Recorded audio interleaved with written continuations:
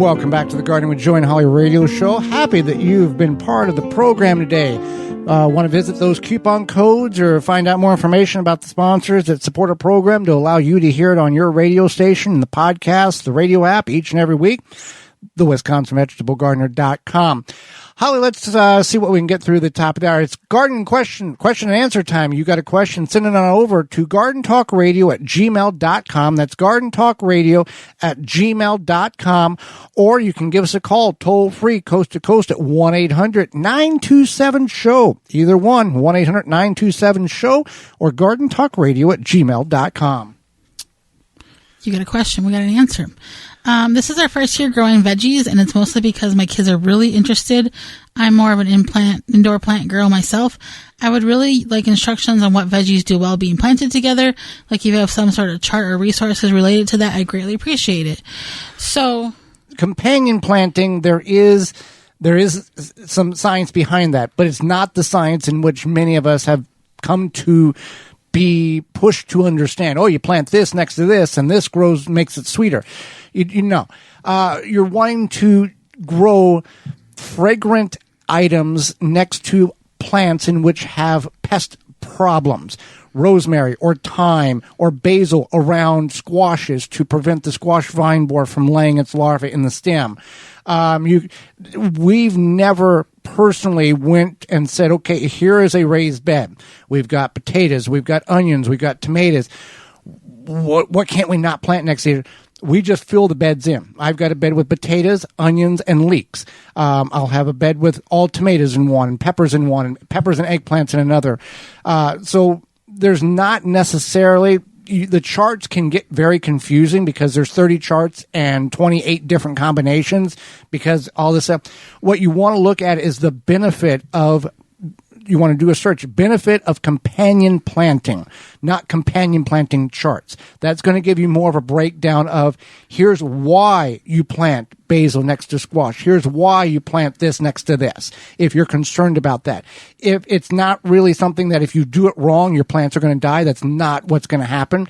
There can be a potential problem with bugs being more attracted to one than the other. Like you grow radishes next to spinach, so the leaf miner will attack the radish leaves and not the spinach leaves, that type of thing. So it's one of those yes and no, and it doesn't hurt if you don't do it the way the charts say it. Do you have any tips on getting rid of grasshoppers?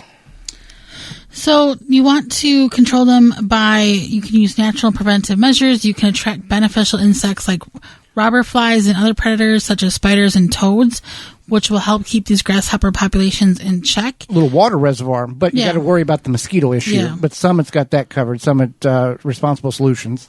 You can also use natural repellents like a garlic spray or a hot pepper spray. And you want to consider there's pepper sprays, not like defensive or bear spray. There's actually other sprays that you can utilize. And then and then you could add flour to the plant leaves, and obviously the flour will wash off if it rains. But what happens is if you apply that flour, it'll gum up their mouths, and then they don't enjoy that, so they'll go somewhere else. Or they die. Yeah. You can also use netting.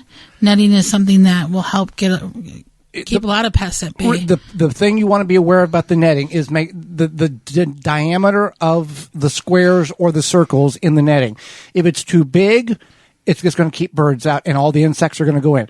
So there's different sizes, and you need to be aware of what size is best to prevent the problem in which you're facing.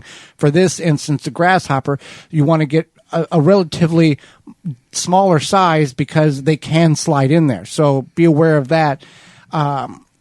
With grasshopper repellent mechanisms, and there's a combination. You can do several different combinations as more of a secured measure of, hey, here's what I'm going to do 1, 2, and 3 in order to prevent the grasshoppers from invading the garden. First time growing hardneck garlic. I understand there is a thing called escape, and I'm supposed to harvest it at some point before I dig the plant up. What can you tell me?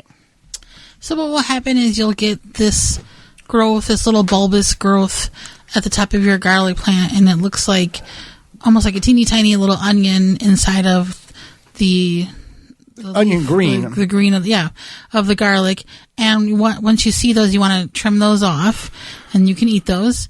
And then what will happen after that, like a couple weeks, 2 to 3 weeks later, you'll start to see the yellowing of the leaves of the garlic, and then it means it's time to harvest. Now, you can harvest that scape at any duration of length, but some people wait and get a little more length out of it, and before it starts to curl, they'll harvest it in order to get more material off of it. Now, this only is applicable for hard-neck garlic. This does not apply. Soft-neck garlic does not create a scape. Soft-neck garlic, when ready, it falls over and pinches the stem like elephant garlic and spring onions, like normal bulbing onions.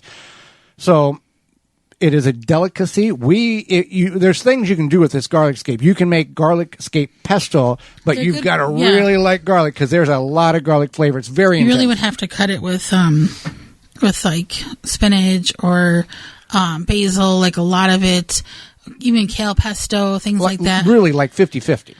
Yes, definitely. But yeah, garlic scapes are also good grilled and stir fried. There's a lot of different things you can do with garlic scapes. And if you do grow your garlic and you've never grown homegrown garlic before, and we always tell people family members, when we give garlic, however you use it, whatever your recipe says, half the use. Use half of what your recipe says, because the flavor is so rich and intense that you will overpower your dish. We don't know what garlic is, which variety we have. Yeah, we've got anymore. like 6 varieties that we just keep saving and regrowing.